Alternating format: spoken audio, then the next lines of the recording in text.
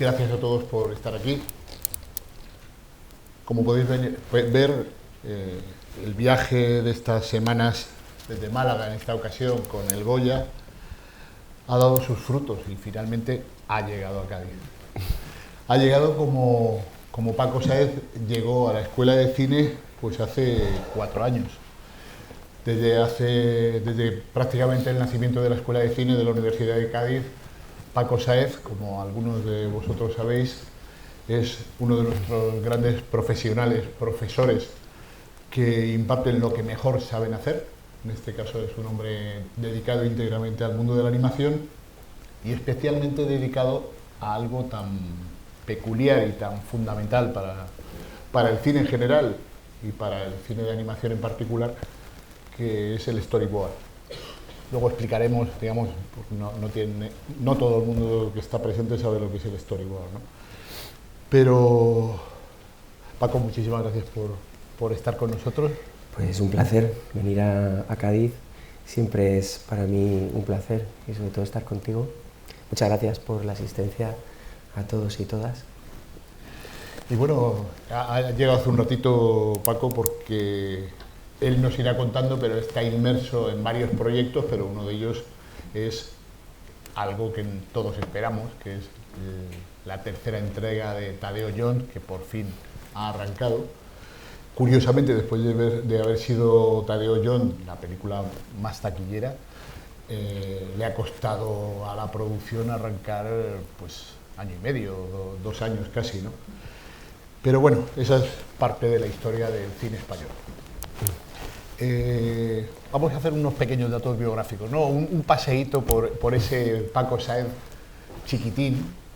Paco Sáez no es madrileño, ni tan siquiera es de Alicante capital, Paco es alicantino, ni tan siquiera de Orihuela, sino de un pueblecito chiquitito muy cerca de Orihuela, que es San Miguel de Salinas, corrígeme, ¿con cuántos habitantes hoy? Hoy en día tiene bastante extrarradio, pero unos 7.000. ¿7.000? Sí, entre urbanizaciones y... Paco, eres un hombre joven, pero en todo caso, cuando pues, todos conocemos, nos hacemos un poco la idea de la España que no es ni Barcelona, ni Madrid, ni Valencia, sino que nacer en una pequeña localidad implica privilegios, pero también cuando alguien quiere ser dibujante como tú y sueña desde muy chiquitín en ser dibujante, pues ¿qué se encuentra? ¿Qué era aquel pueblecito y esa relación que tú tenías con tu pequeña y maravillosa población? Pues, a ver, yo desde que mi madre siempre me ha dicho que desde que tengo uso de razón estaba con un lápiz en la mano, con 2 años. Tengo un hermano mayor que yo que tiene 5 años más que yo y cuando yo tenía 2 años él tenía 7, así sucesivamente, y él dibujaba muy bien. Y entonces éramos testigos de la maravillosa programación que entonces había para los chavales los sábados por la tarde después del telediario, y entonces pues él copiaba un montón a las series, los dibujos de Heidi, Marco, y bueno, hasta que llegó la serie que me cautivó de por vida, que fue Mazinger Z, que yo tenía 8 años y automáticamente me sentí completamente entusiasmado con que quería hacer esto, ¿no? Pero a tu pregunta, cuando vives en un pueblo tan pequeño, evidentemente pues no te entienden primero tu familia, piensan que puede llegar a ser algo que se te pasará con el tiempo. Y en mi caso no fue así, llegué a la adolescencia y es un periodo realmente vital en la vida de todas las personas, ¿no? La adolescencia, donde renuncias a todo lo que parece que es de niños, ¿no? Y dibujar es muy de niños. Y Y entonces yo pues salía con mis amigos, creo que he salido demasiado, muchas veces pienso que si no hubiera salido tanto sería mejor incluso de lo que soy, pero cuando volvía me daba por seguir dibujando, ¿no? Y seguir viendo a los más grandes, ¿no? A todos los dibujos que hacía, tal. Entonces no existía internet y las publicaciones que llegaban a mis manos eran ninguna. Recuerdo que a mi madre siempre le decía que quería ver cosas de cómo se hacían las películas. La pobre llegaba Navidad y igual me regalaba pues Peter Pan, pues el cuento ilustrado de Disney de Peter Pan, pero caía en mis manos y eran ilustraciones de la película, a veces muy malas en aquellos años, y entonces yo le decía que eso no es lo que yo quería ver. Yo quería ver siempre un making of, que nunca jamás cayó en mis manos un making of de una peli de animación, nunca. Y bueno, cuando llega el momento de que tienes que decidir qué vas a hacer con tu vida, pues realmente yo lo tenía muy claro, quería ser dibujante, y la oposición en casa fue radical, bestial. Desde el principio nunca quisieron que me dedicara a esto, mis padres, mis hermanos, nadie. Y de hecho recuerdo a un profesor, don Alfonso, lo recordaré toda mi vida, vive aún, estaba en octavo de EGB y me trajo porque entonces venían o de formación profesional o del instituto a tu colegio a ver qué querías hacer de mayor, ¿no? Cuando estabas ya en el último curso, ¿no? Y que eligieras algo tenías que hacer. Y este profesor trajo al director de la Escuela de Arte de Orihuela, que estaba a 20 kilómetros de mi pueblo, que está a 20 kilómetros de allí, y fue él el que lo trajo, y a don Anastasio. Y entonces nos enseñaron diapositivas de todo lo que hacían allí, y yo quería irme a esa escuela a estudiar. Y entonces se negaron y recuerdo que me metieron en un coche. Todo esto lo digo sin ningún tipo de rencor. Sé que en aquellos años, además no he guardado nunca, siempre lo hemos hablado y antes lo hemos dicho en el pasillo, cualquier drama con el tiempo se convierte en comedia, como dice Woody Allen. Y recuerdo que tomaron la decisión de que yo me tenía que matricular en un grado de formación profesional y optaron por decidir que era delineación, porque bueno, hay rotrins, lápices, todo esto, ¿no? Y pues recuerdo que era un miércoles y me metieron en la parte de atrás del coche, y yo iba llorando todo el camino. Me pasé todo el camino, los 20 kilómetros, iba llorando. Yo ya tenía 14 para 15 años y no entendía por qué pasaba esto, ¿no? Y entonces, cuando llegamos allí para la matrícula,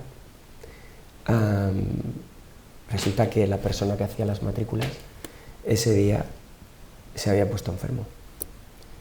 Y yo me quedé alucinando en ese momento, pensé, ¿pero qué está pasando aquí? No puede ser, qué casualidad, justamente se había puesto enfermo ese día.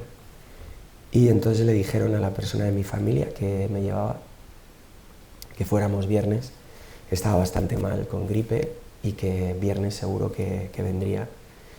Entonces yo automáticamente pensé, pues vale, al día siguiente, que es jueves, cojo un autobús y yo me matriculo en la Escuela de Arte por mi cuenta y riesgo. Entonces al día siguiente cogí un autobús, efectivamente, y me matriculé en la Escuela de Arte. Y viernes fueron a por mí, para llevarme de nuevo a la matrícula de formación profesional. Y entonces llegan, me cogen de casa, bueno, venga, que nos vamos, tal. Digo, no, ya me he matriculado en la Escuela de Arte. ¿Pero qué has hecho con tu vida? ¿Qué vas a hacer? Bla, bla. Y así estuvieron, pues 5 años. 5 años, 6, que estuve estudiando fotografía. Luego estudié más cosas, pero esos primeros 5 años fueron bastante duros, porque además donde me dejaba el autobús eran 2 kilómetros hasta la escuela de arte, porque no me dejaba el autobús. A los de formación profesional sí, pero en la escuela de arte no había un transporte, y entonces yo hacía 2 kilómetros para ir a la escuela y otros 2 kilómetros para volver a coger el autobús, todos los días, hasta que me saqué carnet de conducir a los 4 años de estar en la escuela de arte. Faltaba la música de Spielberg, de La lista de Schindler. Un poco dramático hemos empezado. Hubo un profesor que marcó tu vida, un profesor de dibujo. Ha habido varios. Alguien. Sí. Alguna vez me has contado que hubo un punto de inflexión en tu infancia de ese hombre que de esa población, pero que era un hombre con muy buena mano, digamos, y que te introdujo en el mundo del dibujo, ¿no? Bueno, ha habido varios. Había un profesor jubilado, don Luis, que estaba ya jubilado muchísimos años, era ya muy mayor. Al conocerlo a los 8 años, 10 años, murió, y yo iba a estar con él muchos días. Iba a verle. Él era un dibujante frustrado y tuvo que estudiar, fue profesor, y toda su enseñanza la pasó allí en su carrera profesional como profesor, la pasó allí en San Miguel, y a los alumnos les ponía muchos trabajos, les hacía entender todo con los dibujos. Entonces, cuando se enteró que había un chaval allí que dibujaba muy bien, pues enseguida se puso en contacto conmigo, y yo pues iba todas las semanas a verlo, ¿no? Y me tiraba con él hablando pues horas, horas. Entre semana pues llegaba a casa a las 12, a la 1, el día siguiente tenía que ir a la escuela de arte, que yo ya estaba matriculado allí. Y sí, don Luis fue una gran ayuda en ese momento, porque él me decía que yo tenía que hacer lo que yo realmente quisiera, ¿no? Y lo que realmente tuviera dentro, que no escuchara a nadie. Yo, por supuesto, luego cuando llegaba a casa no contaba nada de esto, ¿no? Pero él siempre me decía esto, sí. Bueno, lo primero destacar a un gadito tan ilustre, que es esa voz, es de Juan Ochoa, Sí. El actor de doblaje, que es uno de los mejores actores de doblaje que hay, y es de la Y tierra. ella, Sandra Villa, voz de Rey en Star Wars. Bueno, Madrid 2120 es tu último triunfo. José Luis Quirós y tú sois los codirectores, habéis ganado el Goya, el mejor cortometraje de animación, lo acabamos de ver. Me estaba diciendo Paco que el sonido, había una banda de sonido. Sí, que no se oía, perdido. habían unos efectos que no se estaban oyendo, sí. La caída de cosas y tal, al final no se oía nada, pero debe ser la lectura del ordenador, bueno, sabes. Paco, vamos a ver, acabamos de ver este trabajo. Cuéntanos cómo surge el cortometraje y cuéntanos, queremos saber algunos de los secretitos, esas vicisitudes de los que nos hablabas fuera de sala, ¿no? Pues bueno, el cortometraje Lightbox Academy lleva 4 años en el sector de la enseñanza, de todo lo relacionado con animación, digamos todos los departamentos, modelado, storyboard. Yo coordino el curso de storyboard desde que Lightbox Academy existe, y entonces bueno, pues tienen la idea, Juan Nieto, que lleva allí, digamos que es un poco el que lleva todo el tema de jefe de estudios, junto con Alfonso Gutiérrez, digamos el staff técnico de allí, se quieren posicionar en plan de hacer un corto. Y normalmente en las escuelas los cortos, los alumnos y alumnas siempre los dejan a medio. O sea, es muy difícil que se acabe un cortometraje, más que nada porque todos siempre se peca de lo mismo, ¿no? Y es que se quiere contar algo, todos quieren contar algo demasiado complicado. Lo estás viendo en el story, pero no te das cuenta de lo complejo que puede llegar a ser hasta que empiezas a animarlo y a ver todo el proceso de realización de ese corto, aunque sea 1 minuto, 2 minutos, ¿no? Entonces nosotros lo que queríamos era que este cortometraje no se quedara en proceso, como cientos y cientos que siempre se han quedado en el camino, ¿no?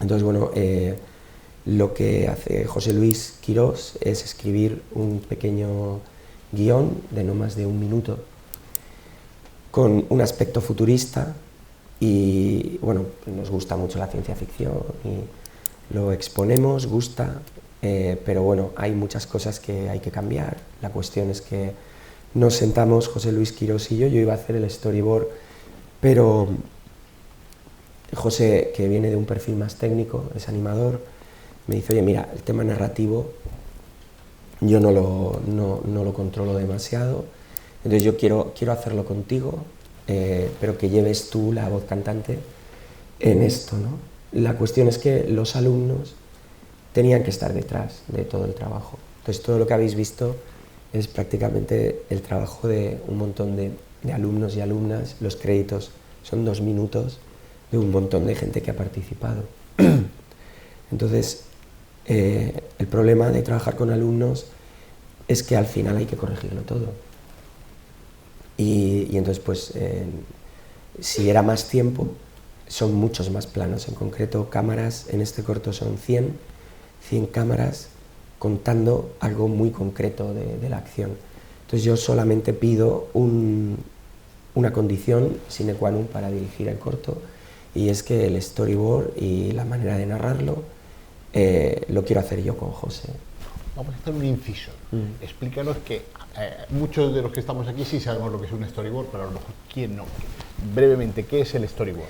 Pues el storyboard es digamos que la puesta en encuadre, en dibujos muy rápidos y muy sencillitos, todos uno tras otro, de la acción que describe el guión, pero ya viéndola en un encuadre y viendo todos los cambios de cámara que va a haber uno tras otro en el encuadre. Dibujos en blanco y negro con algunos toques de color y entonces pues ahí realmente vamos viendo, nos tiramos, yo tiré con José dándole forma al story como 8 meses, viendo cualquier tipo de posibilidad, lo que diría cada plano, en qué momento metemos cada plano, está todo muy meditado, sobre todo para que la cámara hable. Es decir, la primera condición que ponemos a la hora de hacer un story y el corto es que el cortometraje se entienda tan solo con los dibujos, sin ni siquiera audio. De hecho, la voz en off la pusimos la semana antes de cerrar el cortometraje. El corto iba simplemente a tener música, pero había una historia paralela de amor que no se veía, y entonces teníamos que darle también un aspecto de frustración al taxista, al personaje principal, y no la podíamos explicar tan solo con imágenes. Tampoco teníamos demasiado tiempo para hacer tantas imágenes como hubiéramos querido, ¿no? Realmente el tema de los alumnos nos cortaba un poco las alas en cuanto al tema técnico y al tema de grandes planos. Por eso yo tenía muy claro que queríamos empezar con un gran plano general de la ciudad de Madrid, donde directamente ya agarrásemos al espectador en un submundo underground totalmente, y teníamos que contarlo, aunque luego nos metiéramos dentro del taxi, pero teníamos que contar todo esto de manera dramática y lo mejor posible teniendo lo que teníamos, ¿no? Hay muchos planos que no están muy bien de animación, porque evidentemente no teníamos grandes animadores, pero lo que sí que teníamos claro, la primera condición era que el corto se tenía que entender, porque realmente lo que está pasando en todas las escuelas de animación es que siempre nos quedamos absolutamente entusiasmados con la imagen final, con las texturas finales realistas. Los alumnos y alumnas flipan con el acabado final, me enseñan sus cortos, viendo que el humo es humo, la piel lleva textura de piel, cuando eso realmente no tiene que entusiasmarnos nunca. Es una calidad que ya se da por hecho que la tenemos con el 3D, y lo que tenemos que hacer es que la historia se entienda. Y que la historia se entienda es lo más complejo que hay.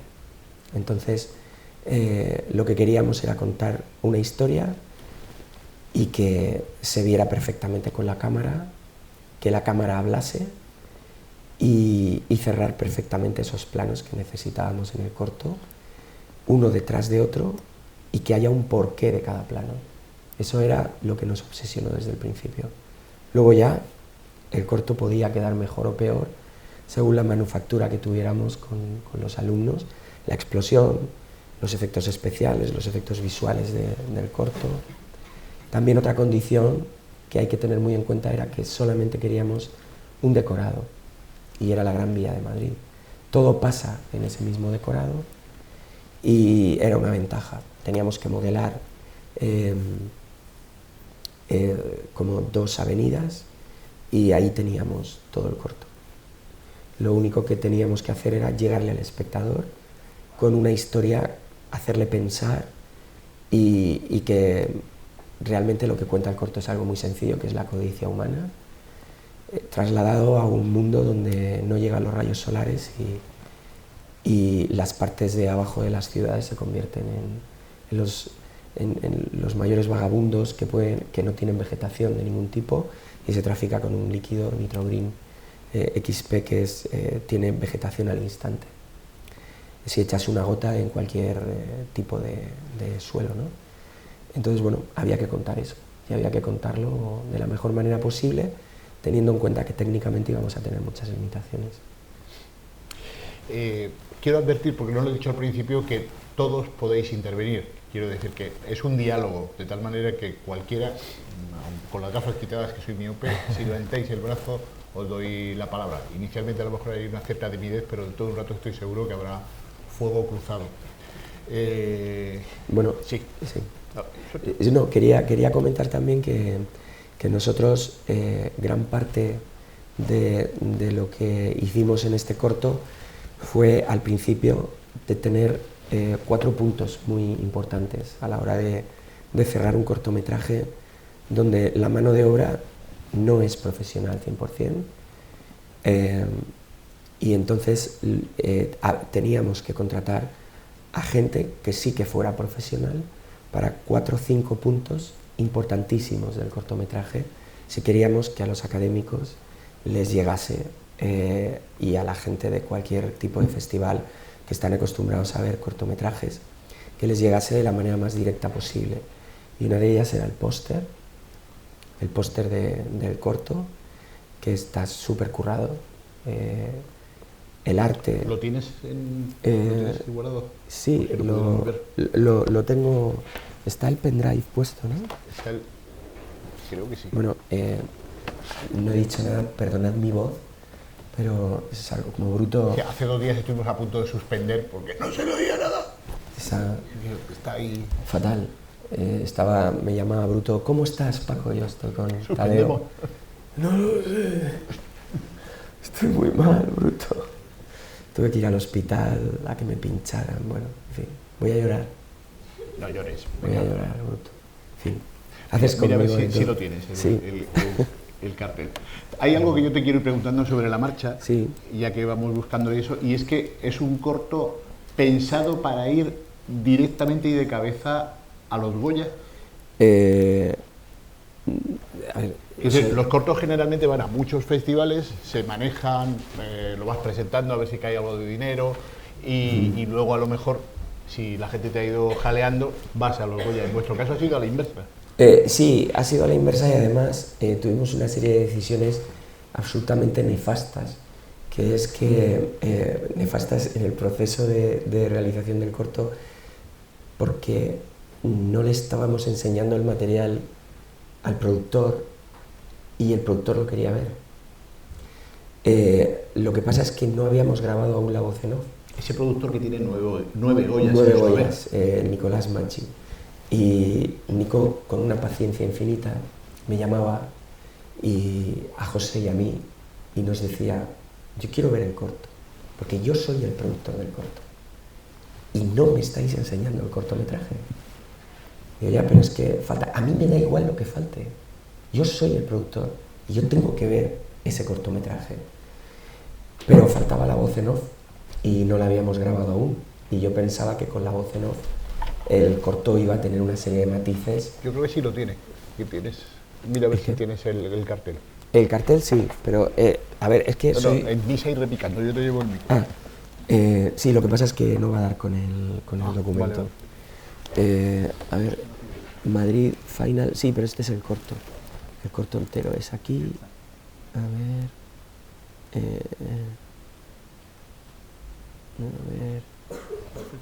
no, Mike Oz, aquí, Concept, Storyboard Animática, es que aquí tengo un montón de doblaje con portfolio y idea, campo, diseños.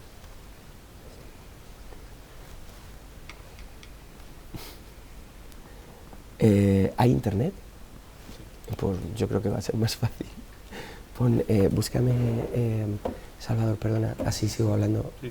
Madrid 2120 y aparece el póster. Sí, entonces no estábamos enseñando nada porque queríamos grabar 100% y que viera el resultado final del cortometraje. Sí, ahí está el póster ese, por ejemplo. Si os dais cuenta, el póster está... lo que hice fue unos bocetos teniendo muy en cuenta... Bueno, ahí lo veis, ¿no? Se puede ver ahí. Teniendo muy en cuenta la perspectiva, queríamos que fuese un contrapicado de lo que es el cartel de Suez, que se vieran las dos partes realmente en esa calle, representando la ciudad de Madrid. Y el trabajo se lo encargamos a Joshua Kairos, que fue el director artístico del corto, y fue un profesional al que le tuvimos que pagar, por supuesto. Otra de las primeras condiciones que pusimos también fue que el estudio de sonido tenía que ser profesional 100%. Teníamos que tener un diseño de sonido, no podíamos ir con sonido de bibliotecas, el sonido es el 50% de una producción. La música, que la hizo Óscar Navarro, que viene de la escuela de John Williams, un profesional impresionante de la música, y por supuesto la narrativa visual. Esas eran las condiciones que pusimos como... si no hacíamos esto o incumplíamos alguna de las partes, el cortometraje no iba a quedar bien. Entonces yo personalmente no lo quería firmar. Un audio malo es lo peor que puede haber en una producción. Y entonces, bueno, poco a poco fuimos haciéndolo así. Lo que pasa es que en este proceso, como decía, pues no estábamos enseñándole hasta que no lo viéramos al final al productor este cortometraje. Nos la jugamos totalmente a cuando estaba acabado 100%. Se lo enviamos y directamente, pues eso fue una lotería, porque él tenía que decirnos si iba a los Goya, si iba a poner su nombre detrás y todo esto, ¿no? Entonces, como le estuvimos tanto tiempo dando largas, él también nos las dio. Estuvo 2 semanas sin decirnos nada. 2 semanas que dices... La venganza, ¿no? Fatal. O sea, yo... Fatal. Recuerdo que hablaba con José y decíamos, pero José, ¿qué está pasando? ¿No le ha gustado? ¿Le ha gustado?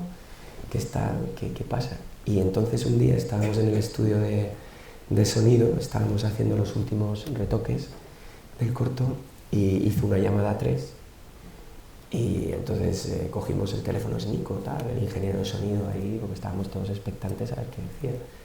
Entonces pues nada, le cogimos el teléfono y nos dijo que éramos unos cabrones, absolutamente, que le habíamos hecho sufrir mucho, pero que sí, que le gustaba y que iba a poner su nombre detrás del cortometraje y que íbamos a empezar con todo el tema de papeleos y historias pues para inscribirlo en los Goya y en todo tipo de festivales, que empieza su recorrido, realmente empezó en enero, pero ahora en marzo es cuando una distribuidora nos lo está llevando. Vamos a, si te parece, si me dais permiso, vamos a aparcar este trabajo premiado y vamos a irnos a otros trabajos premiados donde Paco Sáez no es el director, pero sí es un integrante fundamental. Hay 3 piezas que a mí me gustaría destacar. Planet 51, inicialmente Planet One, digamos, pero Planet 51, Atrapa la bandera y Tadeo Jones. Indefectiblemente ahí, bueno, ahí hay un nombre unido a 2 de los productos, que es Enrique Gato, digamos, unido a tu nombre, y ahora hablaremos de quién es Enrique Gato, pero ¿qué supone Planet 51 qué pretendía Planet 51 para el mundo de la animación española y qué pasó en tu trabajo? Y vamos a ver más algo de tu trabajo ahí. Bueno, el Planet 51 yo recuerdo que entré en 2004, sobre abril, mayo de 2004 me hacen una entrevista y me cogen como director de Storyboard, y yo cuando salí de allí pensé que estaban todos locos. O sea, yo tenía ya una trayectoria en el año 2004 de unos 9 años. ¿La empresa provenía de? Pues Ilion viene de lo que era el antiguo Grupo C, anteriormente Wisdom, se fueron reciclando en diferentes... De los videojuegos, yo creo que sí, del mundo de los videojuegos. Pyro Studios, que tenían habían hecho Commandos, Eso que es. habían ganado muchísimo dinero con Commandos en todo el mundo, y entonces querían hacer un largometraje. Yo veo todo lo que estaban haciendo, era fantástico, pero hacer una película como ellos la querían hacer era una locura, una locura. Yo salí de allí pensando, es un grupo de locos que hay aquí, que tienen el dinero para hacer esto, pero esto no se va a poder hacer jamás. Salí y a la semana me llamaron, me contrataron y empecé a trabajar allí. Y el primer mes yo pensaba que estaba perdiendo el tiempo. Sí, te pagaban, pero en esta profesión hay muchas veces que tenéis que ver que por mucho dinero que se cobre, si vuestro currículum no crece, realmente no estamos haciendo nada. Te pueden pagar miles de euros, que si realmente luego no sales en ningunos créditos porque ese trabajo que estás haciendo se queda en el cajón y has empleado 3 años de tu vida, evidentemente no vale para nada. Entonces, bueno, me fui contagiando de aquella locura. Me fui contagiando y conocí a gente maravillosa que ahora son directores de animación en Pixar, Disney, se los han estado llevando a todos sitios, porque al final conseguimos que Sony llevase la película a nivel mundial, y ahí es donde me di cuenta que realmente todo lo que creas que puedes hacer, lo puedes hacer. Fue un proceso mío interno de decir, pero es que están locos, pero es fantástico porque se va a poder hacer. Cada vez lo que hacíamos era muchísimo mejor, y la gente que venía a ver lo que estábamos haciendo no se estaba haciendo hasta ese momento en España, porque hasta 2004 habíamos hecho en España películas como El bosque animado, no sé si ya se había hecho El sueño de una noche de San Juan. Por ahí, porque fueron una tras otra. Sí, pero no teníamos la calidad no era la calidad de que estábamos dando en Planet 51, hasta que un día, pues, con uno de los teasers que hicimos, se convenció a un guionista americano que trabajó en Shrek, que es Joe Stillman, y en Estados Unidos entras muchas veces por el guión, quien lo firma, ¿no? Entonces fue una puerta de entrada. Ese teaser me parece que lo tienes por ahí. No lo sé, Otto. ¿No? No lo sé, creo que en ese pendrive no lo llevo. Creo que no, ahí no está. Ahí no está. Pero lo puedo rápidamente contar.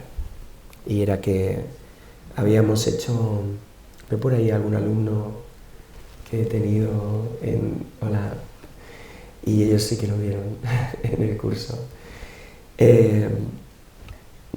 Teníamos que contar ET al revés.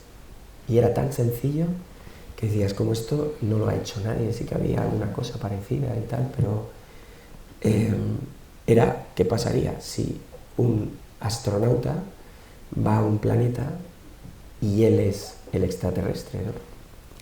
Entonces pues simplemente lo que hicimos fue que en una barbacoa de ese planeta empezábamos con la barbacoa, todos verdes, con antenas y tal, y aparca aluniza un LEM lunar tripulado por Scott, ¿cómo se llamaba? No recuerdo, ¿era Scott? No recuerdo, creo que sí, en el jardín de estos extraterrestres, ¿no? Y entonces flipan todos, y este era el teaser. Habíamos hecho 2 anteriormente, con los que técnicamente era una pasada, pero narrativamente no llegábamos a contar lo que contaba este. Y efectivamente este fue el teaser que vendió la película a nivel internacional. Y cuando lo ves todo con perspectiva, te das cuenta que fue una locura total en la que estabas metido, y al principio te dabas cuenta, pero luego ya no te dabas cuenta, porque era fantástico meterte en este nivel de amistad que tuvimos, un grupo. Tenemos una foto histórica de los 15 que empezamos con Planet One, y todos estamos en diferentes sitios, todos. Algunos seguimos en contacto, otro es director artístico en Facebook, otro director de animación en Pixar, otro está en Sony, llevando... Entonces, bueno, se han desperdigado por todo el mundo, y lo bueno de todo esto es que seguimos en contacto. ¿Nos ha traído algo de Planet 51? Es que no, creo que no, ahí no. Yo estaba soñando con esa pieza de la persecución. Sí, pero es que no, en este pendrive no la llevo. No está, vale. En este pendrive no la llevo. Bueno, pasamos a Atrapa la bandera, ¿te parece? Lo que quieras. Preguntas no. Atrapa la bandera, ¿qué supone para tu trabajo? Bueno, Atrapa la bandera, recuerdo que me llamaron, empecé a hacerla en 2014, es un encargo de Telecinco y Paramount, estaban detrás y me contratan como director de storyboard, Enrique Gato, que ya habían hecho Tadeo Jones, había tenido un éxito impresionante, y yo quería dejar el mundo de la animación. En ese momento estaba haciendo otras cosas y no quería volver a hacer animación hasta pasado un tiempo. Ya tuve una crisis similar a principios de los 2000 y me dio por hacer ilustración de libros. Entonces estuve haciendo durante año y medio libros para la editorial Susaeta, porque para mí era mucho más sencillo trabajar en el mundo de la ilustración de libros que hacer animación. Y entonces pues me era más interesante ilustrar libros de diferentes estilos, leerme el libro y decir, en cada página va a ir una ilustración, pues yo tranquilamente. Además lo hacía todo analógico, no había o al menos yo no usaba ningún ordenador, y empecé a hacer dibujos de todo tipo de libros que publicaba Susaeta. Hice cientos de libros. Hay algunos que conservo, que yo me los compraba luego, pero otros que ya les perdí completamente. Y para mí era mucho más fácil hacer aguadas, tenía ahí una mesa de dibujo en la editorial y yo trabajaba directamente allí. Entonces esa fue mi primera crisis con el mundo de la animación, y la segunda venía justo un año antes de Atrapa la Bandera. Entonces en Atrapa la Bandera me dieron toda clase de poder contratar a quien yo quisiera en mi departamento. Entonces traje a gente con la que había trabajado anteriormente, y en esta profesión hay una regla de oro que por lo menos para mí es fundamental, que es que por supuesto técnicamente tienen que ser muy buenos profesionales, muy buenos artistas, pero ante todo tienen que cumplir fechas.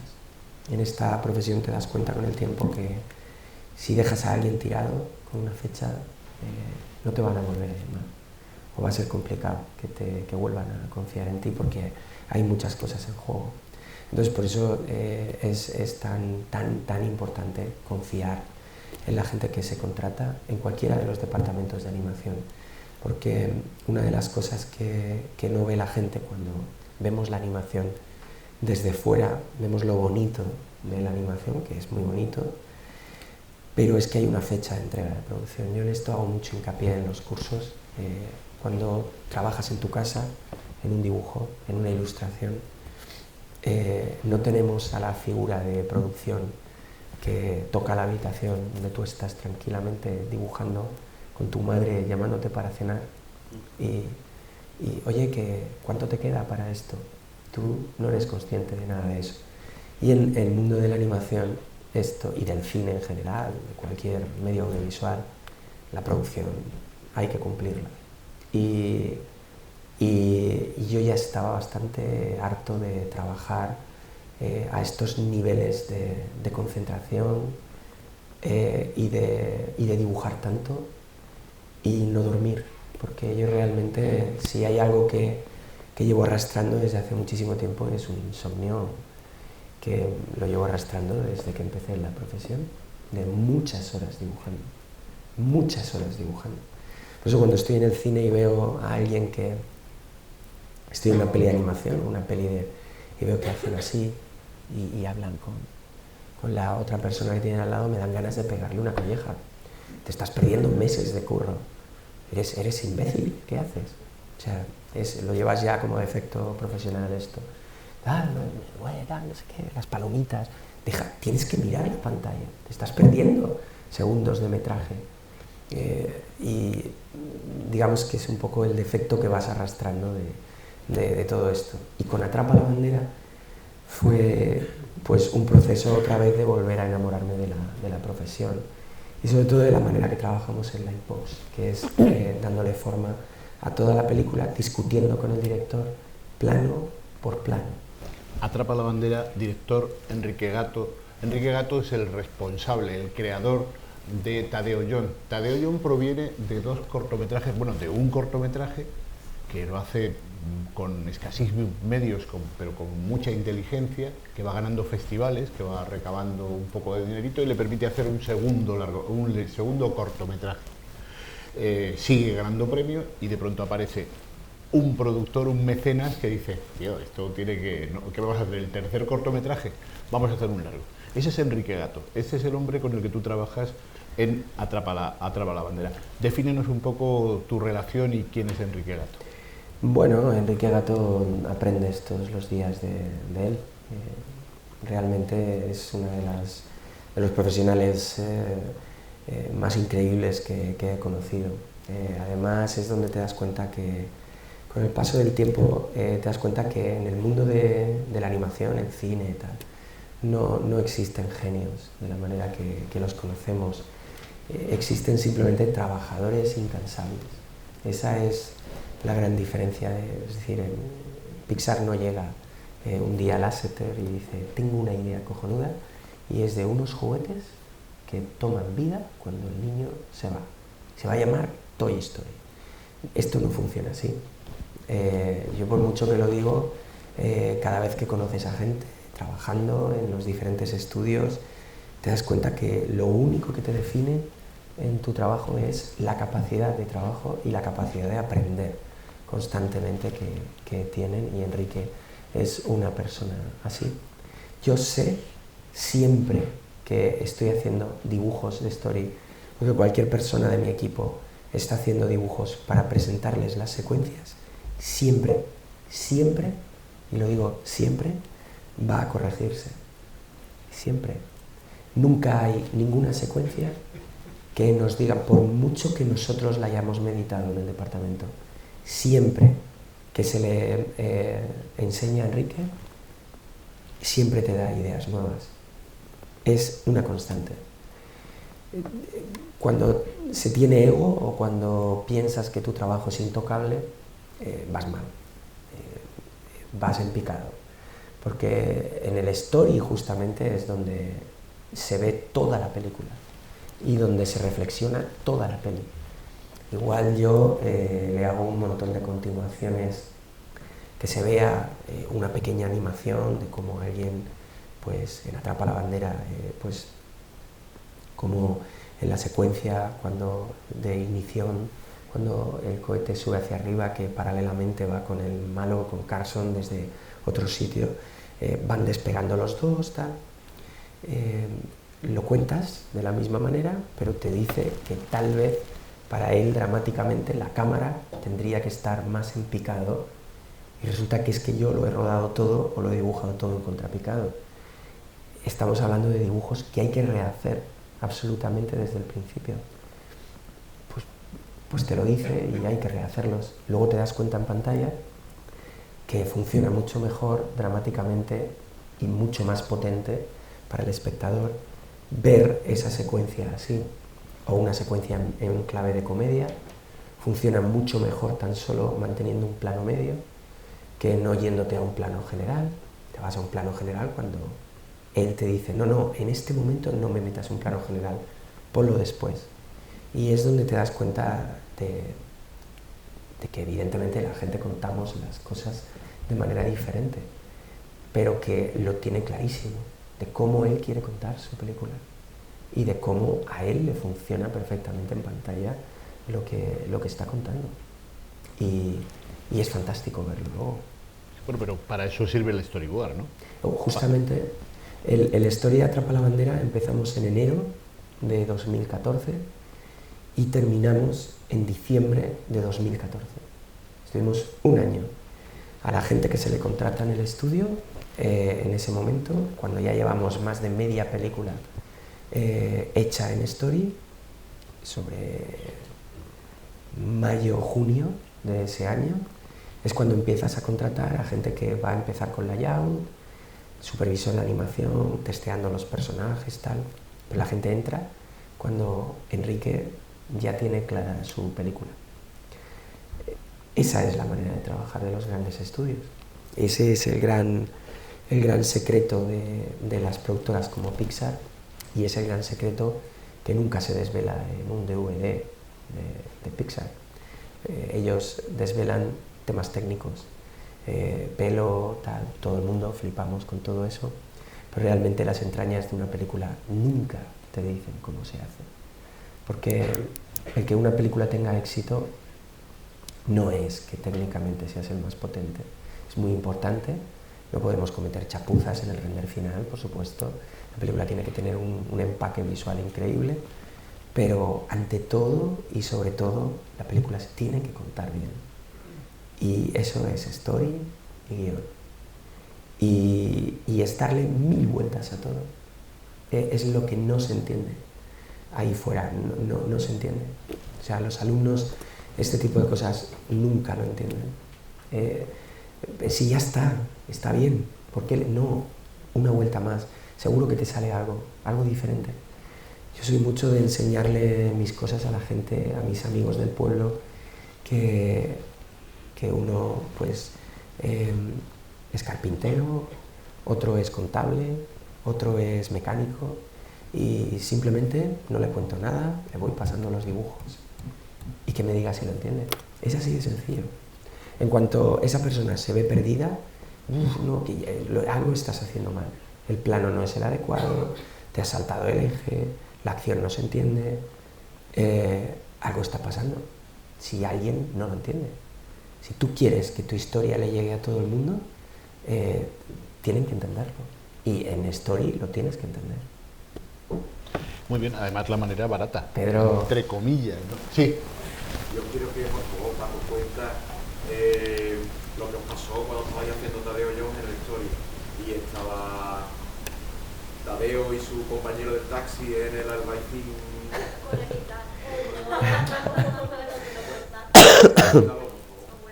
Bueno, Tadeo Jones 2 tiene justamente, Pedro, por este proceso de reflexionarlo todo tanto, en el Story teníamos 1000 ideas. Y en el departamento de Story Enrique siempre nos dice que adelante, que hagamos, ¿no? y que de hecho Momia se iba a pasar toda la película vestida de Michael Jackson. Esa era otra de las cosas que también, porque llega a Las Vegas y Tadeo la esconde en el hotel. ¿Pero qué haces aquí? No te pueden ver, eres un zombie. Entonces pasan por al lado también de una estatua de Thriller, y entonces se queda flipado, lo lleva al hotel, a la habitación, lo mira. Claro, entonces pensamos en el departamento de Story, joder, es que el vídeo Thriller para Momia es su héroe en este mundo. O sea, es un zombie que es un ídolo de masas.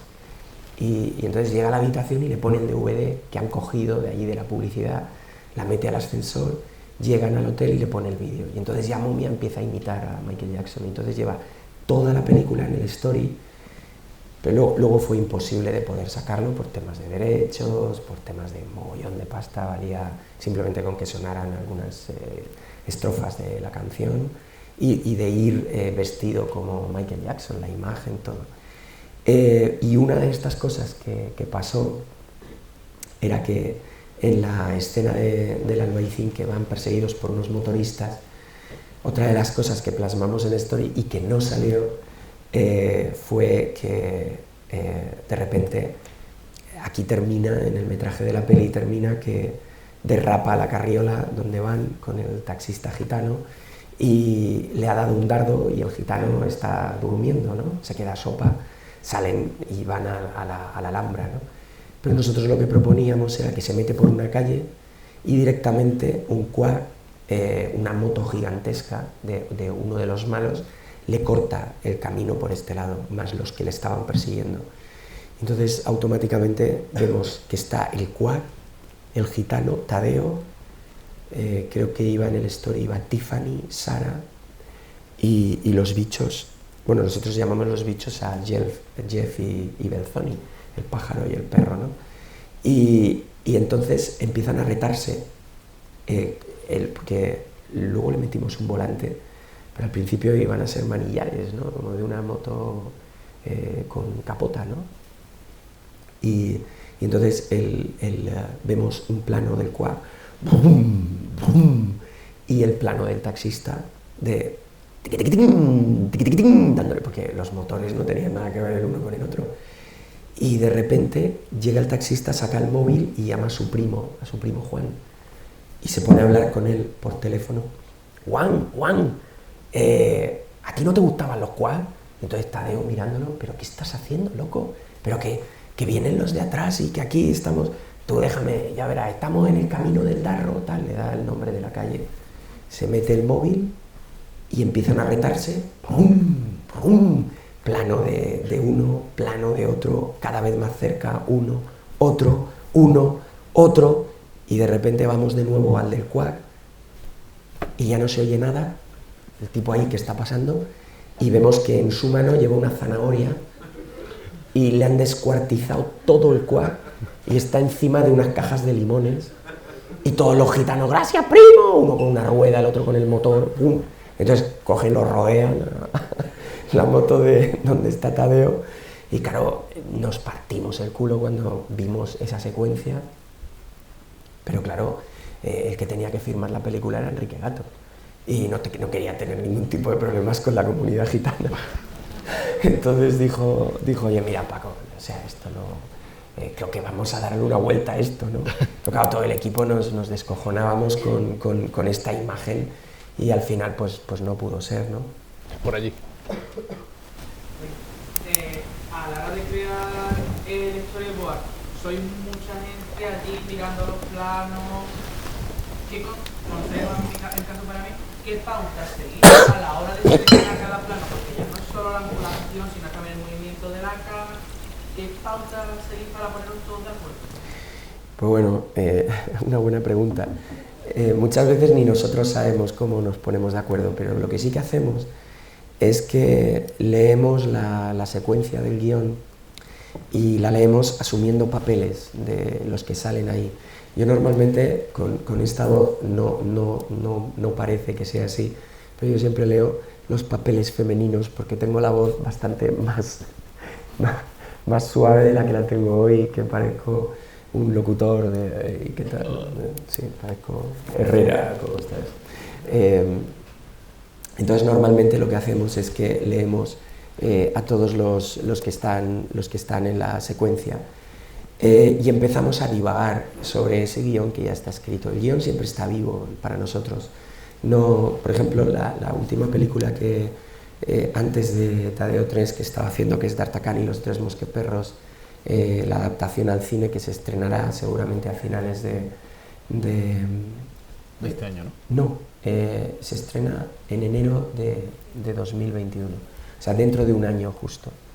El guión estaba cerrado y no se podía, realmente había que adaptar el guión con algunas ideas que yo siempre doy en el story.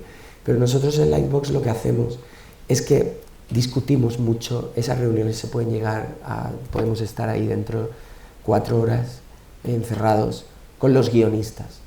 Y entonces todo el mundo cede, porque los guionistas son los primeros que enseguida dicen, hostia, qué bueno, y es verdad, porque aquí lo que podemos hacer, entonces van cambiando muchas cosas, y las cambiamos en el guión, y al mismo tiempo se está reescribiendo.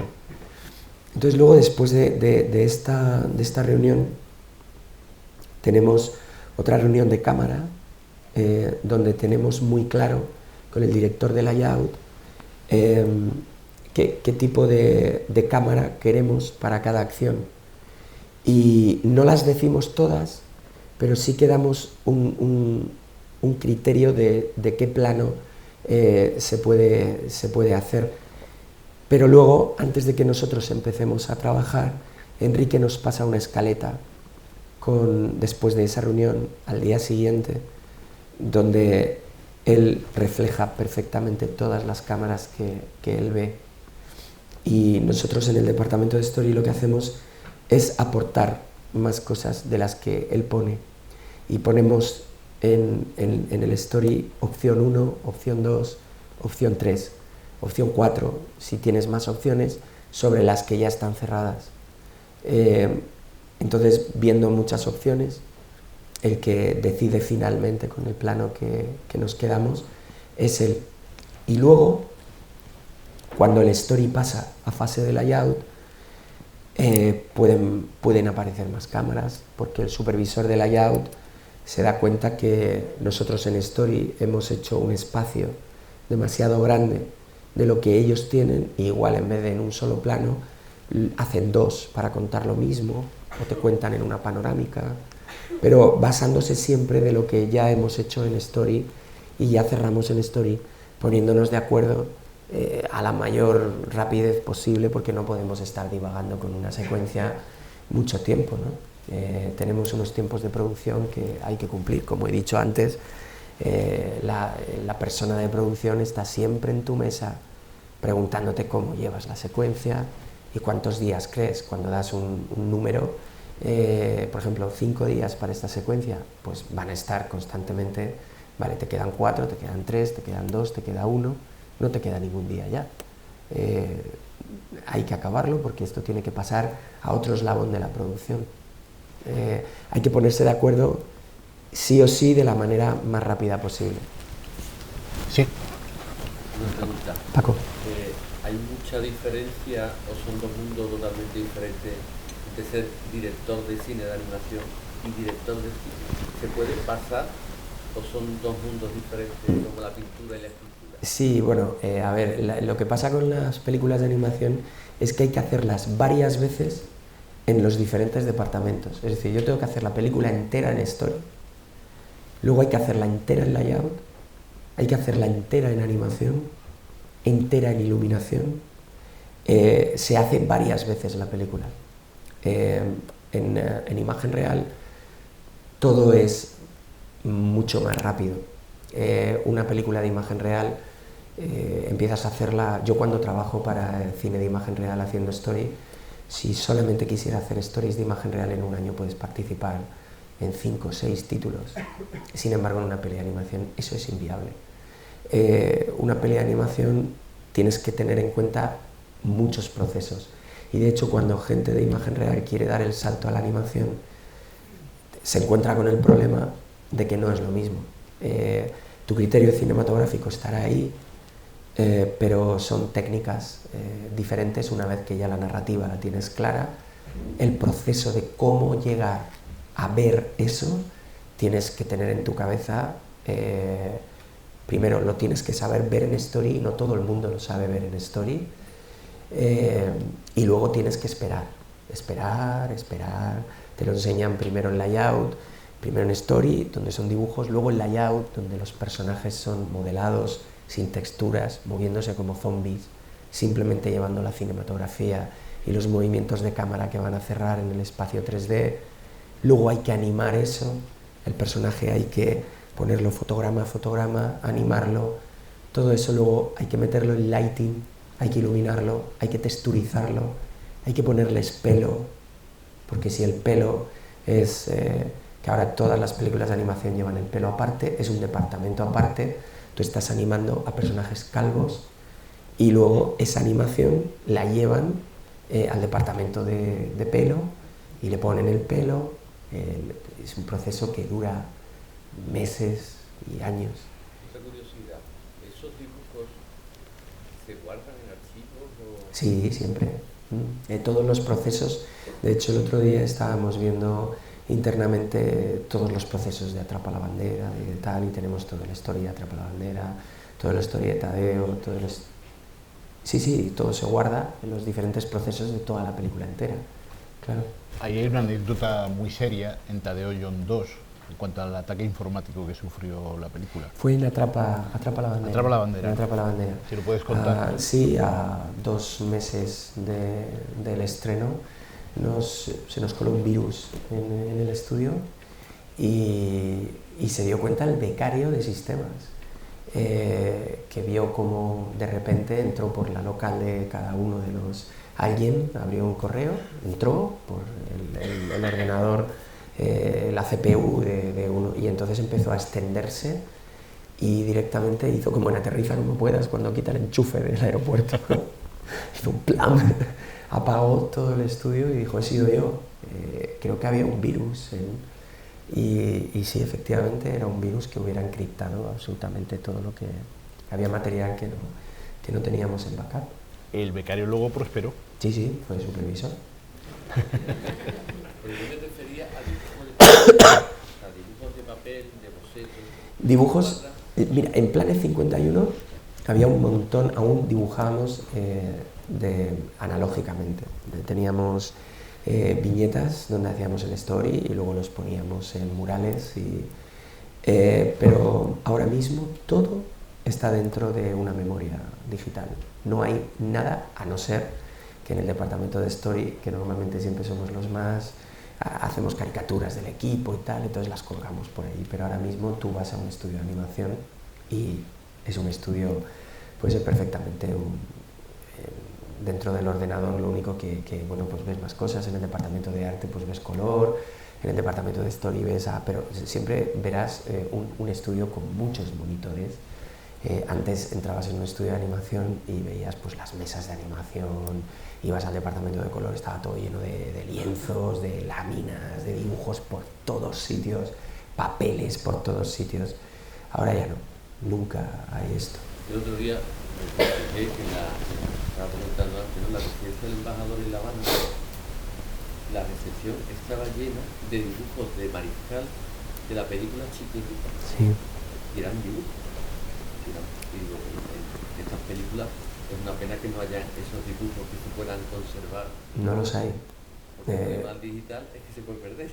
Sí, bueno, lo que pasa es que luego haces muchos backups de esa información, la tienes en diferentes discos duros y hay empresas que se dedican a esto para mantener la información intacta, Pero sí que es cierto que antes una película se distinguía por las cajas de papel y todo, bueno, los lápices que se gastaban en la producción, las coronitas de la parte de arriba, los coloreis, que eran las gomitas, se iban echando todas a un bote y eran miles de lápices. Entonces, después de una producción siempre se tenía esto, ¿no? Un estudio de animación parecía un colegio, el olor del lápiz, de las gomas, de los borradores, los sonidos de los sacapuntas eléctricos, eso era los papeles de los animadores, flipeando el dibujo, pero todo eso ya no. De hecho, Klaus, que es el 2D, se ha hecho en tabletas digitales. El dibujo ya lo haces directamente sobre digital. Hay un mundo de animación que a mí me entusiasma, en el que tú no has participado, que es el stop motion. Laika es la productora por excelencia, pero tenemos a Wes Anderson, al que muchos de nosotros admiramos, que de pronto se saca una película que es Isla de Perros, que se estrenó hace un par de años. Y 3 por ahí, sí. Es una joya de... Ahí el story evidentemente es piedra angular, pero luego hay un trabajo de muñequería increíble. Extraordinario. El stop motion para mí son héroes. Hacer stop motion, vamos, no, es algo que se me escapa literalmente. Había una pregunta por aquí, Bárbara.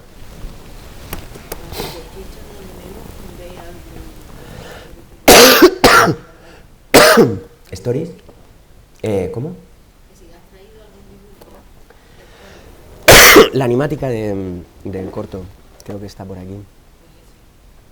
A ver. Voz. Concept. Storyboard. No, detrás.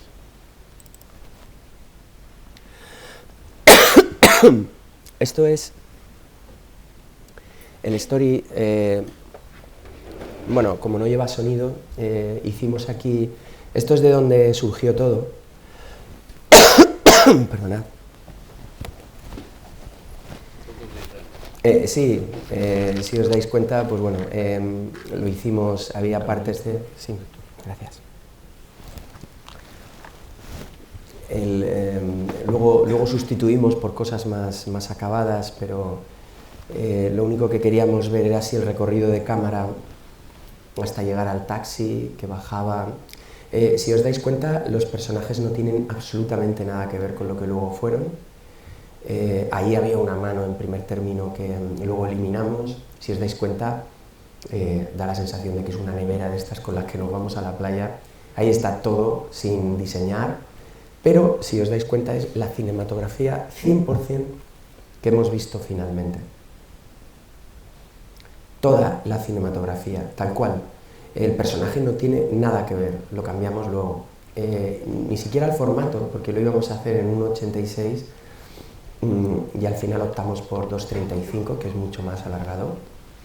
Pero si os dais cuenta, todos los planos son los que aparecen en el corto final, y es lo que tuvimos en cuenta en todo momento, el story, la perspectiva de la cámara, absolutamente todo. La mano en primer término, la chocolatina, los planos de la mosca.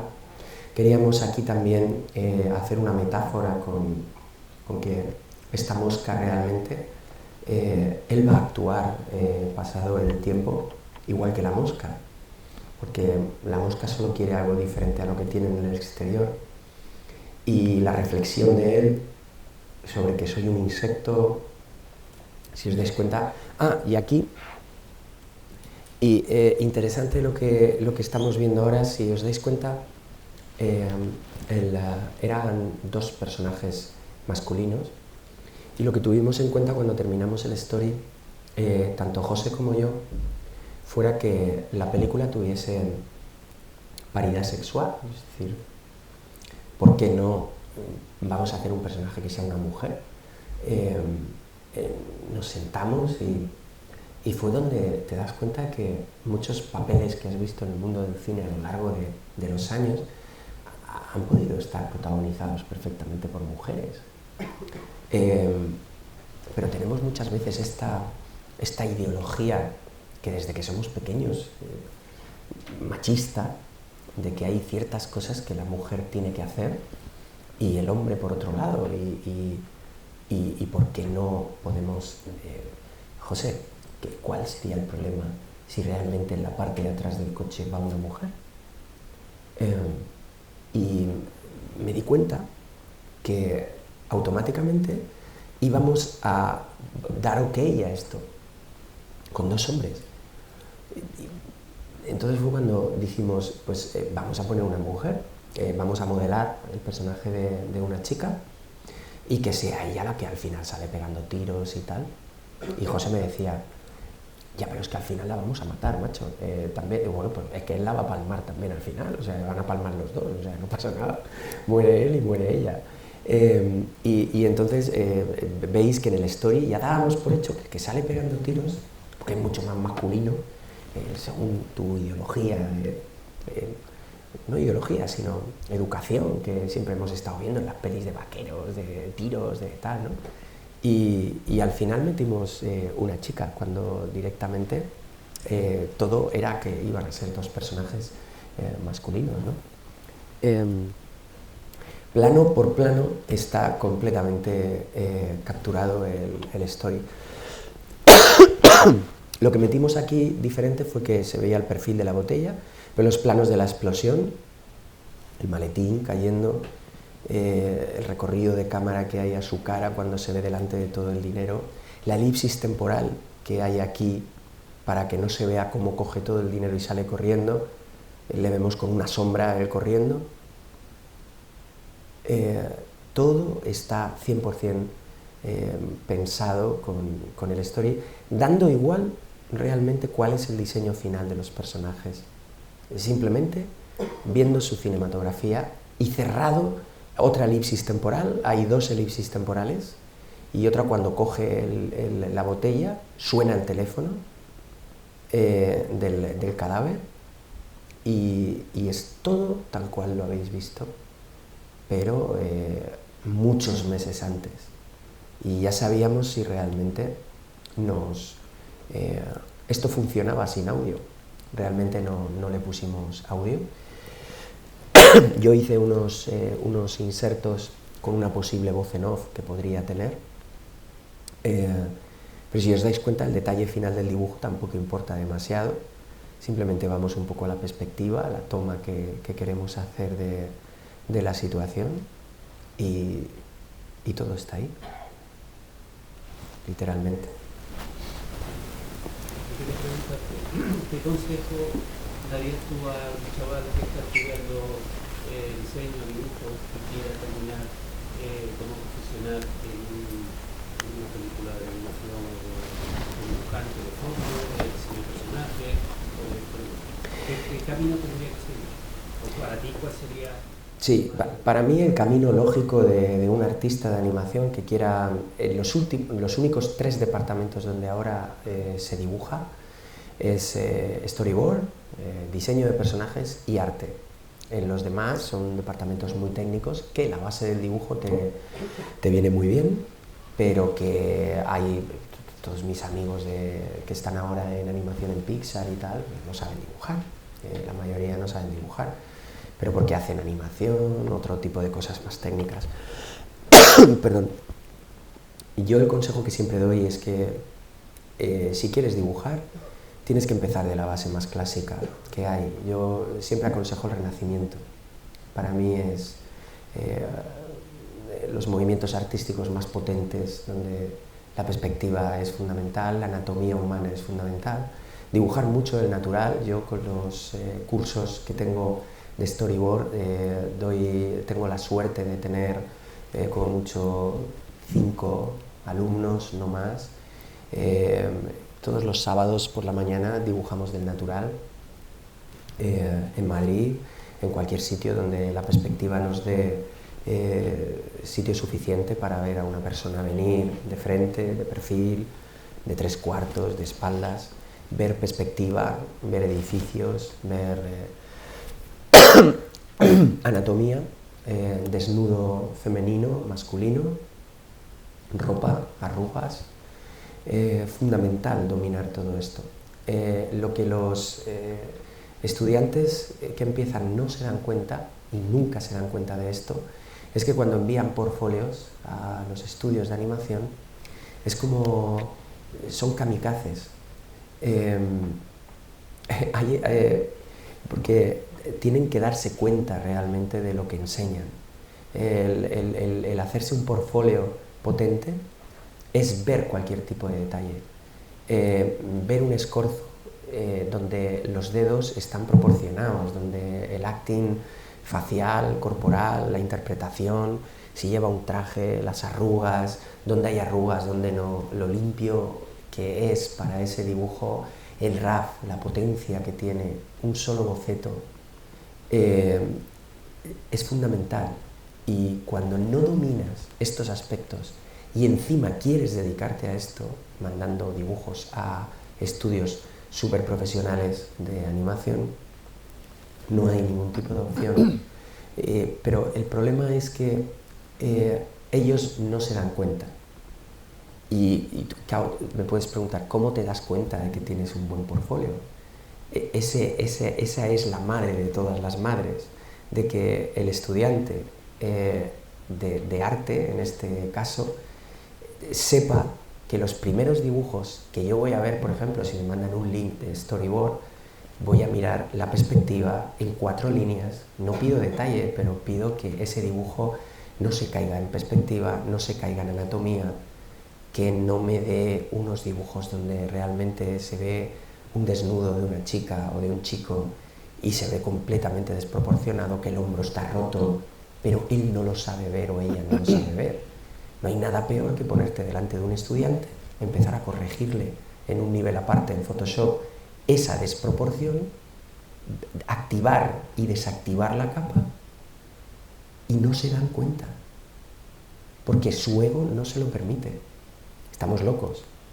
Ego, ¿por qué? Si estás estudiando, tienes que darte cuenta que ese dibujo que me estás mostrando no puede formar parte de un libro de arte, de una peli, que tanto flipas cuando ves.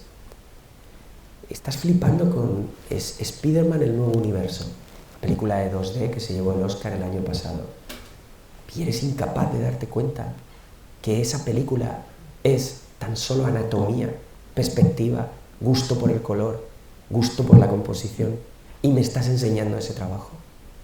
¿Y no te das cuenta de tus errores?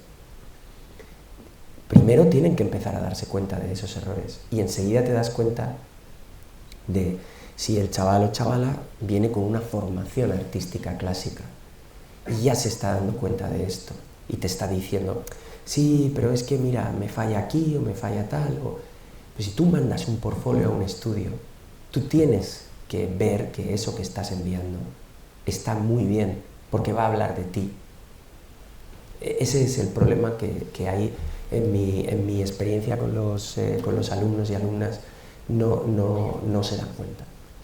Porque en sus casas son los mejores profesionales del mundo y los artistas más increíbles del mundo, y tu mamá y tu papá te está diciendo que eres el más grande, que es lo que me pasaba a mí cuando tenía 15 años, que en mi pueblo pues todo el mundo decía que yo era fantástico, y yo cuando me metí en la escuela de arte a estudiar, pues tenía un ego desbordado, pues normal, de un adolescente. Es normal, es lo más normal del mundo, pero se tienen que dar cuenta de este tipo de cosas o mal lo llevan. Bueno, estamos cerca de acabar nuestro diálogo, podéis formular las preguntas que queráis. Me gustaría brevemente destacar, por un lado, que en esta sala, estoy convencido, porque conozco a muchos de ellos, hay muchos grandes ilustradores. La Asociación de Ilustradores Gaditanos comprende un grandísimo núcleo de grandes profesionales que tú conoces a algunos de ellos. De hecho, algunos de ellos han sido alumnos tuyos, otros no. Tuvimos una reunión hace algún tiempo 2 años, con la asociación y un diálogo muy bien establecido. Tenemos en la sala también a un hombre que acaba de ganar en Valencia un super premio, que es David Pavón, y quiero agradecerle su presencia porque ha hecho un esfuerzo en estar hoy aquí con nosotros. Avisaros a todos, por si tenéis alguna duda, que en breve, todavía sin fecha previa, pero Paco Sáez vuelve a la Escuela de Cine de la Universidad de Cádiz a dar un nuevo curso de storyboard. es un buen lugar como cualquier otro para decirme, oye, apúntame que yo quiero estar en ese curso. Lo que pasa, Bruto, es que ahora ya con el Goya no sé yo si voy a venir. Claro, con el Goya ya no nos van a querer. Es broma. Y dos cositas, todavía estamos abiertos y podéis preguntar lo que queráis, pero hay dos cositas que yo quiero no dejar en la recámara. Ahora estás trabajando en Tadeo-3. Supongo que hay un secreto, evidentemente secretísimo, pero como aquí ni estamos grabando la conversación y nos vamos a cerrar los oídos, a tapar los oídos, adelántanos algo, no de los secretos, sino por qué ha costado tanto sacar adelante. Brevemente un poco, danos unas claves de por dónde puede ir Tadeo Jon 3, no argumentalmente, sino por dónde crees que va a crecer Tadeo Jon 3. Bueno, crece en cuanto a personajes, y cosas que les pasan a los personajes, no puedo decir nada más. Es como ahora mismo Telecinco es un secreto total. La cuestión es que sacar siempre adelante una película es complicado y estamos hablando de la tercera de Tadeo Jones, una película que ha generado un montón de dinero, de beneficios. ¿Con un presupuesto de aproximadamente? Ahora mismo estará en torno a 9,5, 10, por ahí, más o menos. Bueno, la cuestión es que sacar una peli adelante es complicado y lo bueno de esto también es que cuando estás trabajando en una película nunca sabes si va a funcionar, aunque sea Tadeo, nunca sabes si va a funcionar o no, aunque sea, vamos, y de hecho nadie conoce la fórmula del éxito de nada, ¿no? Spielberg se sigue pegando unos batacazos en la taquilla impresionante. Entonces, bueno, pues ese miedo siempre está y entonces muchas veces cuando empiezas a darle vueltas a algunas cosas y empiezas a corregir cosas en la secuencia y llega un momento en que ya ni siquiera sabes si va a funcionar o no. O sea, estás completamente perdido muchas veces. Menos mal que Enrique siempre, es lo que yo siempre digo, ¿no? Ve la película desde arriba, como si fuera un helicóptero y ve la trama total y se va adelantando a un montón de cosas que pueden pasar, pero nunca desconoces completamente si la película... Yo me estoy divirtiendo mucho con las cosas que están saliendo, de los nuevos personajes, de las peripecias que corren por 4 decorados o así diferentes en todo el mundo, pero claro, estás trabajando siempre, la dirija quien la dirija, sea lo que sea, Spiderman, la peli que sea, nunca sabes si la película va a funcionar. Eso es lo que nos mantiene vivos en la profesión y al mismo tiempo tan inquietos de saber si realmente la película va a tener otra continuación o vas a poder seguir enlazando con otra. Otro inserto publicitario de la Escuela de Cine, y es que Enrique Gato nos ha prometido que dentro de muy poquito estará con nosotros aquí. La última pregunta que yo te formulo, que no tiene por qué ser la última, pero animaros, es: hay un proyecto de largometraje muy personal tuyo. Entiendo que este premio, este Goya aquí presente, ha azuzado un poco a algún productor, concretamente a Nico Maggi, para decir, venga, sí, ponte ya a trabajar en ello. También me gustaría aquí, posiblemente a 5 años vista, que es lo que cuesta sacar un largometraje de animación adelante en condiciones, nos des alguna primicia de ese juego personal. Bueno, la película quiero que sea también diferente, de hecho, con el cortometraje que hemos hecho y que hemos involucrado a Nico, porque es como habéis visto, la temática no tiene nada que ver con el cartoon, hay muchas veces que el cartoon y la comedia ya te cansa un poco y quieres hacer cosas diferentes. Pues bueno, esta película la llevo dando vueltas pues como 10 años en mi cabeza y está muy basado en las raíces mías, ¿no? en el pueblo. Lo que pasa es que a partir de ahí pues la internacionalizamos un poco para que la historia funcione, pues no sé, cualquier tipo de espectador, ¿no? Que ve cine. Siempre tenemos que hacer algo así, pero sí que se basa en las... Son personajes de la España vaciada, de la que tanto se habla ahora mismo. Sí. Además, bueno, me inspiro mucho en mi madre, que bueno, falleció en diciembre y realmente el destino quiso que pudiera dedicarle este Goya, ¿no? Tiene mucho de ese tipo de cosas que viven ciertas personas, ¿no? en este tipo de situaciones. ¿Alguien nada más? ¿Alguna pregunta? Pues un fuerte aplauso para... Gracias. ¿Sí?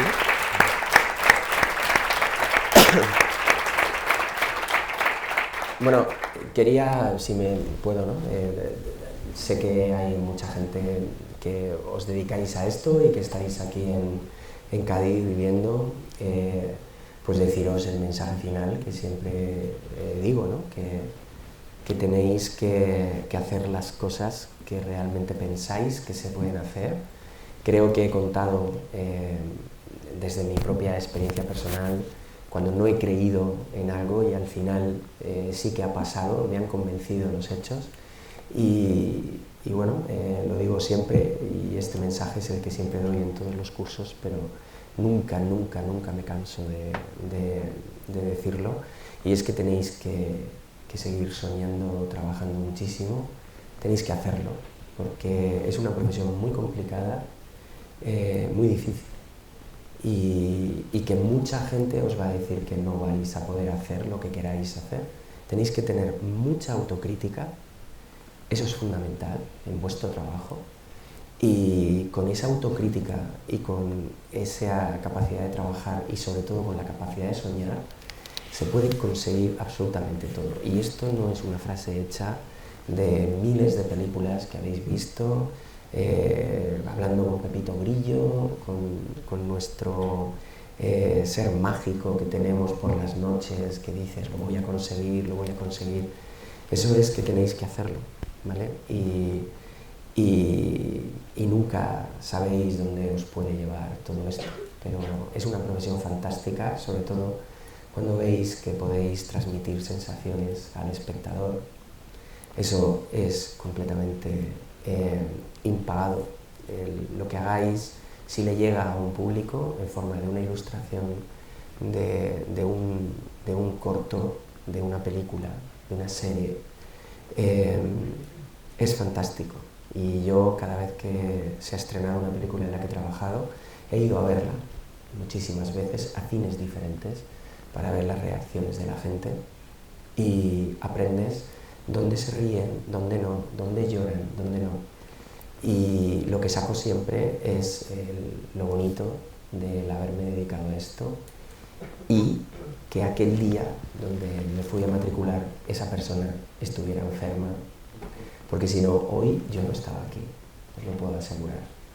Y el seguir adelante y el querer conseguir cosas, si me hubiera quedado esperando el viernes a que me llevaran a formación profesional, os aseguro que no estaría aquí, os lo puedo asegurar. Mi vida hubiera sido completamente diferente. Por eso, cuando veis que algo lo podéis hacer y lo tenéis ahí, es cuando tenéis que tomar la decisión de hacerlo, pese a quien pese y pase lo que pase, sin hacerle daño a nadie, pero hay que hacerlo, porque eso es lo que os hará felices con el tiempo. Gracias. Muchas gracias.